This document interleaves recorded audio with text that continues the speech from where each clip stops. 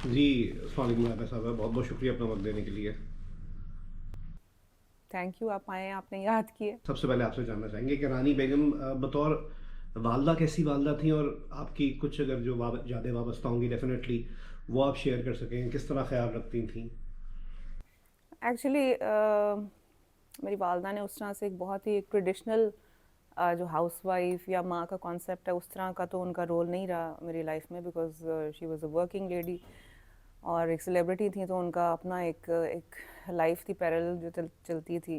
तो ये है कि उनका मेरे साथ लेकिन जो टाइम स्पेंड उन्होंने किया, बड़ा इंटरेस्टिंग टाइम हमने स्पेंड किया through art and other things. एक तो वो मेरी बड़ी अच्छी दोस्त थी, उस तरह से नहीं था कि बड़ी कोई स्ट्रिक्ट किस्म की जो होती हैं माएँ, उस तरह से नहीं था। और दूसरा ये कि हम लोग रेडियो सुनना या बैडमिंटन खेलना या शॉपिंग के लिए जाना, इस तरह की चीज़ें ज़्यादा जो है ना, हमारी एक्टिविटीज़ जो थी कुछ इस टाइप की होती थी। फिर रेडियो हम सुनते थे, तो रेडियो में हम कैरेक्टर्स को मिमिक करते थे इकट्ठे। वो एक कैरेक्टर बन जाती थी या मैं एक रोल प्ले में आ जाती थी, तो इस टाइप की चीज़ें बहुत ज़्यादा हम लोगों ने की हुई हैं। या फिर रात के वक्त जैसे अगर सोना है, तो वो कोई मेरे पास डॉल्स होती थी या पपेट्स होते थे, तो वो उनको लेके उनके साथ एक स्टोरी बनाती थी और फिर उसको एक स्टोरी शुरू करती थी, फिर उसका मिडल होता था और एंड में जैसे वो पपेट जो है वो मर गया है या कुछ हो गया, तो मैं छोटी बहुत ही ज़ाहिर है मैं रो पड़ती थी, तो वो फिर हंसती थी कि तुम, ये तो कहानी है, तुम रो क्यों रही हो। इस तरह की चीज़ें हम लोगों ने बहुत की हैं। अच्छा, कभी उन्होंने इस चाहत का इज़हार किया हो कि आप भी फ़िल्म इंडस्ट्री में आएँ, आप भी एक्टिंग करें, उन्होंने कभी ये चाहा? नहीं, बिल्कुल नहीं। लेकिन माशाल्लाह आप अपने वालदा से काफ़ी रिज़ेम्बल करती हैं। तो माज़ी करीब में कभी कोई ऑफ़र हुई या आप नहीं, ऐसी बात नहीं है। उस वक्त एक्चुअली अभी भी मेरा ख्याल है उतनी एक्सेप्टेंस शायद उस तरह से नहीं है हमारे एक माशरे में, जिस तरह से एक सोशल फैब्रिक है हमारा अपना इस मुल्क में। लेकिन उस वक्त तो जो लोग थे इस फील्ड में, उनका ज़्यादा फोकस ये था कि बच्चों को पढ़ाएं लिखाएं और एजुकेशन उनकी कंप्लीट हो। तो मेरी वालदा का ये एक उनका था फोकस बिकॉज खुद वो बहुत ज़्यादा एजुकेशन नहीं हासिल कर पाई, तो वो जाहिर है आप अपने बच्चों में चाहते हैं वो सारी चीज़ें देखना। तो ये था। अच्छा, नामी गिरामी डायरेक्टर हसन तारिक साहब, आपके वालिद साहब और मशहूर तरीन हीरोइन आपकी वालदा रानी बेगम साहिबा, इतनी मशहूर जोड़ी थी, लेकिन प्राइड ऑफ परफॉर्मेंस आपके साथ रिश्ते ना मिलना, नाइंसाफ़ी थी, नेग्लिजेंस थी तो कहाँ से थी? बिल्कुल है, नाइंसाफ़ी है। और अगर लोगों को अभी तक इस चीज़ के बारे में नहीं ख्याल आया, तो ये इसके बारे में मैं क्या ही कहूँ। अम, देखें, आप हॉलीवुड को देख लें या बॉलीवुड को देख लें, हम उनको इतना आइडियलाइज़ भी करते हैं उनके सेलिब्रिटीज़ को, और वो लोग अपने जो उनके परफॉर्मर्स होते हैं, जो उनके आर्टिस्ट हैं, उनको स्टार्स बना देते हैं, इसलिए कि वो उनकी इज्जत करते हैं। यहाँ पे आई थिंक ये जो एक चीज़ है ना कि हम अपने स्टार्स की, एक तो स्टार बनाते भी नहीं है और ऊपर से जो सेलिब्रिटीज़ हैं या आर्टिस्ट हैं उनकी इज्जत नहीं करते।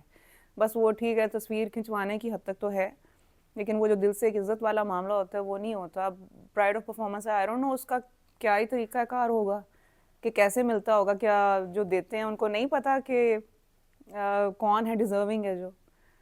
तो मेरा तो ये है गिला, और एक्चुअली ये मेरी वालदा का भी था, एक उनका ये एक ख्वाहिश थी कि प्राइड ऑफ परफॉर्मेंस उनको मिले। अच्छा, इतनी शोहरत में रानी साहिबा की कभी आपको फ़ील हुआ हो, आपको याद हो कि कोई डल मोमेंट डेफ़िनेटली हर इंसान की ज़िंदगी में आता है, तो कभी कोई ऐसा लम्हा आपने महसूस किया और उससे निकलने के लिए रानी साहिबा क्या करती थी? उनके कोई अच्छे दोस्त थे या वो आपसे बात करती थी या कोई रिश्तेदार थे? नहीं, डेफिनेटली उनके दोस्त तो थे उनके करीब, लेकिन बहुत ज़्यादा रिजिलियंट थी। My mother was very very courageous. मैंने उनको, क्योंकि अब जब मैं पीछे मुड़ के देखती हूँ और उनकी लाइफ हिस्ट्री को, जब एज एन एडल्ट, मैं बच्चों को तो इतना उस वक्त नहीं समझ आ रही होती, सब कुछ आप देख तो रहे होते हैं, लेकिन ज़ाहिर है उसकी क्या शिद्दत है, उसकी क्या एक वो इंटेंसिटी है, वो तो नहीं पता चलता उस वक्त। लेकिन अब जब मैं देखती हूँ तो मैं कहती हूँ किस तरह उन्होंने सारी चीज़ें बर्दाश्त की हैं। लेकिन उनकी जो लाइफ में सबसे इम्पोर्टेंट रोल रहा है ना, वो मेरी नानी का रहा है। और उन्होंने हर चीज़ जो है मेरी नानी के साथ, अपनी वालदा के साथ उन्होंने शेयर की, और बहुत क्लोज थी वो अपनी वालदा के। अच्छा, ज़ाहिर बात है, बहुत उनका जो पीक जो करियर का टाइम था, जो जब वो बहुत ज़्यादा फ़िल्म्स कर रही थी, उस वक्त तो आपकी उम्र यकीनी तौर पे इतनी नहीं थी, लेकिन इसके बाद उन्होंने लेट 80s में, अर्ली 90s में टीवी ड्रामास में काम किया।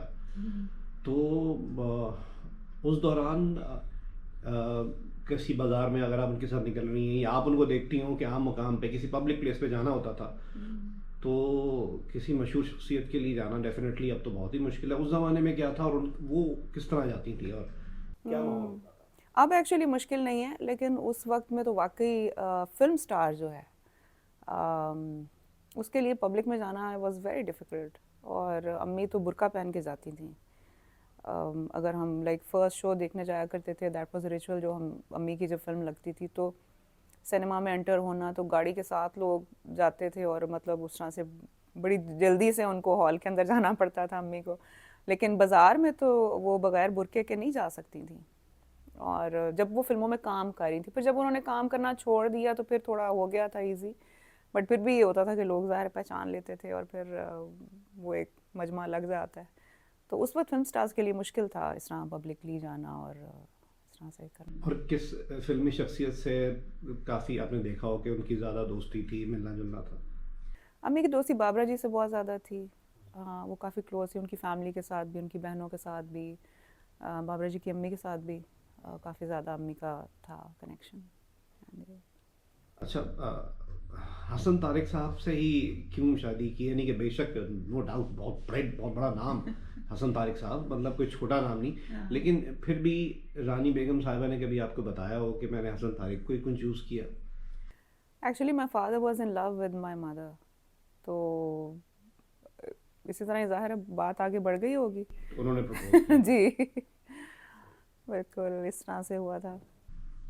क्या रानी बेगम की शोहरत और मजबूत मकाम उनकी इज़दवाजी ज़िंदगी में कुछ हलचल का बायस बना?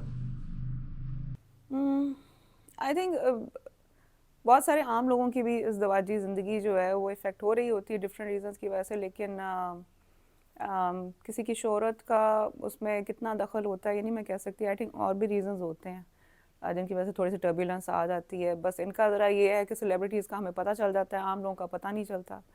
तो आई डोंट थिंक कि शोहरत बहुत ज़्यादा वजह थी, और भी रीजंस थे।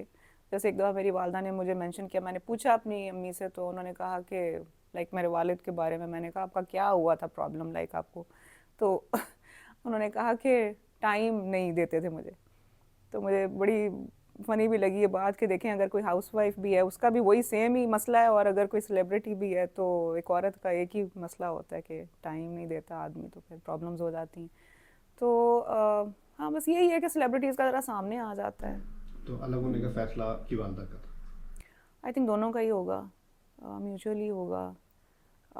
एक तो खैर मेरे वालिद साहब की वजह से ये भी एक रीज़न था कि वो शायद नहीं चाहते थे कि अम्मी और डायरेक्टर्स के साथ काम करें, बस ऐसे वो हो गए हुए थे बहुत ज़्यादा। तो ये भी एक था रीज़न। सर राबिया साहब, एज अ फिल्म क्रिटिक आप क्या समझती हैं? मेरी ये राय है, मुझे ऐसा लगता है कि आज से 20-25 साल पहले हमारी फिल्म इंडस्ट्री ग्रो करना तो रोकी गई थी, और उसके बाद बहुत बुरा डिक्लाइन आया, और अब हमारी फिल्म इंडस्ट्री कहाँ है ये तो मतलब इमेजिन भी नहीं कर सकते हैं। इसकी तो आप क्या समझती हैं, इसकी वजह क्या है? हूँ रीज़न एक्चुअली ये है कि जिस दौर में हमारी फिल्में बहुत बूम कर रही थी, आप कह लें 60s का टाइम था या 70s का टाइम था, उस वक्त में बहुत ज़्यादा फिल्म प्रोडक्शन हो रही थी, फिल्में बन रही थी, लोग लाइक अपने हर किसी का एक एक जॉब थी जो वो कर रहे थे। कोई राइटर है, कोई म्यूजिशियन है, कोई डायरेक्टर है, कोई लाइट बॉय है, कोई सिनेमा लाइक स्टूडियो के अंदर जो भी लोग काम कर रहे थे, एक्टर्स अपना काम कर रहे थे। सो एक पूरी एक कम्युनिटी थी जो उस वक्त ये रेगुलरली काम कर रही थी। उसमें अच्छा काम भी हो रहा था, बुरा भी हो रहा था, लेकिन काम प्रोड्यूस हो रहा था। कुछ अरसे के बाद जैसे आप कह लें 80s में वो टाइम आया, या उससे पहले थोड़ा सा जो पॉलिटिकली जो इंस्टेबिलिटी हुई हमारे मुल्क में, उसमें जो एक ब्रेक आ गई ना और डिक्लाइन शुरू हो गया, उसके बाद काम बनना बंद हो गया। इवन हॉलीवुड में भी या बॉलीवुड में भी उनकी ऐसे नहीं है कि वो हर फिल्म बनाते हैं तो वो हिट बना रहे हैं। अगर 200 फिल्म बनती है तो 100 उसमें से फ्लॉप भी होती है उनकी, और बहुत ही बकवास फिल्में बनाते हैं वो जो 100 होगी उसमें से बाकी 100 में से शायद कोई 50 या 20 शायद उनकी अच्छी फिल्में निकलती हैं। तो उनका लेकिन ये कि क्योंकि उनका काम कॉन्स्टेंटली हो रहा होता है, और ये क्योंकि प्रैक्टिस भी है कि प्रैक्टिस कर करके आप उस चीज़ में परफेक्ट हो जाते हैं। यहाँ पे क्या हुआ, जब वो एक ब्रेक आ गई तो उसके बाद वो काम करना लोगों ने बंद कर दिया, वो डिक्लाइन हो गया, उसके बाद वो प्रैक्टिस ही ख़त्म हो गई। पहले ज़ाहिर है वो सारी एक क्रीम थी हमारे पास, म्यूजिशियंस थे या डायरेक्टर्स थे या एक्टर्स थे, वो सारे एक अपने काम को सीख चुके हुए थे और वो परफेक्ट हो चुके हुए थे उसमें। तो अब आहिस्ता आहिस्ता ये हुआ कि वो काम तो नहीं होता। अब हमारा क्या है कि साल में कोई 3 फिल्में आती हैं या कोई साल शायद नहीं भी आ रही फिल्म।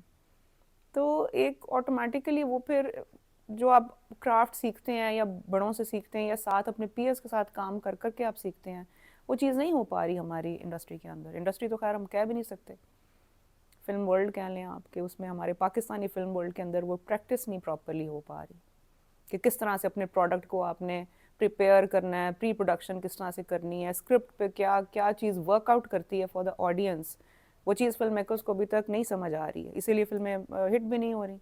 सब्जेक्ट मैटर वो पकड़ते हैं, अच्छे सब्जेक्ट मैटर्स भी होते हैं, लेकिन एक फ़िल्म की जो ट्रीटमेंट है किस तरह से होनी चाहिए, जो कि ऑडियंस को हाइज एंड लोज क्या होते हैं, वो क्राफ्ट नहीं सीख पा रहे हम लोग। आपने एग्जीबिशन की थी रानी साहिबा की चीज़ों की, तो उनकी एनिवर्सरी पे उस पर कुछ सुनाया कि तल्ख तजुर्बा हुआ था आपका, अगर प्लीज़ आप वो शेयर करना। अम्मी की जो एग्जीबिशन तो उनकी मैं एनिवर्सरी पे, लाइक डेथ एनिवर्सरी पे करती हूँ। एक तो उसका रीज़न ये है because I like to celebrate her work, her talent. मेरे अपने आर्ट वर्क में भी उनका काम जो है वो बहुत ज़्यादा, लाइक उनका इमेज हमेशा होता है मेरे अपने आर्ट वर्क में भी, बिकॉज NCA से मैंने ग्रेजुएट किया हुआ है तो फाइन आर्ट से मेरा ताल्लुक़ है। तो कोई भी आर्ट वर्क जब मैं प्रोड्यूस करती हूँ उनका इमेज हमेशा होता है उसमें। तो उनकी एक एनिवर्सरी पे एग्जीबिशन अरेंज करने का पर्पस सिर्फ ये होता है कि मेरी जो अपनी एक इमोशन है उनके साथ, एक फीलिंग है उनके साथ, उनके काम को सेलिब्रेट करना या उनके टैलेंट को, उनकी खूबसूरती को, वो मैं चाहती हूँ कि और लोगों के साथ भी शेयर करूँ। तो वो डेट क्योंकि और लोगों को याद होती है उस वक्त, तो वो एक कलेक्टिव एक चीज़ एक शेयर हो जाती है उस तरह से इमोशन। तल्ख हुआ था लेकिन आई थिंक वो रिजॉल्व हो गया था। सो उस चीज़ के बारे में अब मैं ज़्यादा नहीं बात करना चाहती। अच्छा राबिया साहब, आपके अपने कितने बच्चे हैं? जी मेरे 3 बेटे हैं। और क्या करते हैं? मुख्तलिफ, जो मेरा बड़ा बेटा है वो IT से कनेक्टेड है, जो दूसरे नंबर पे है ही इज़ एन इंजीनियर। और जो मेरा छोटा बेटा है हसाम, वो आर्ट्स एंड क्राफ्ट से उसका ताल्लुक़ है। फिल्म एंड TV में उसने ग्रेजुएट किया है नेशनल कॉलेज ऑफ आर्ट से, और वो अपना म्यूज़िक भी करते हैं और वीडियोग्राफी करता है वो, इस तरह से। वो कुछ याद करते हैं अपनी नानी को किसी तरीके से कुछ? एक्चुअली मेरे थ्रू ही वो जानते हैं अपनी नानी को, क्योंकि उस वक्त तो वो नहीं थे जब बहुत अर्ली ऑन उनकी डेथ हो गई थी। हाँ डेफिनेटली। तो मेरे थ्रू ही वो अपनी नानी से वाकिफ़ हैं, या ज़ाहिर है लोग आके उनको मिलते हैं या पूछते हैं, तो फिर इसी तरह से पता है उनको, like through her work. I think celebrities का या आर्टिस्ट का एक चीज़ ये बड़ी अच्छी है कि उनका काम जो होता है वो उनके जाने के बाद भी, लाइक उनकी फैमिली के लिए भी वो एक याद रह जाती है, वो ज़िंदा रह जाते हैं थ्रू देयर वर्क। तो लोगों के पास एक मेमोरी होती है जो कि, देखें ना, हम फिल्म लगाते हैं तो चलता फिरता हम देख सकते हैं उनको। सो या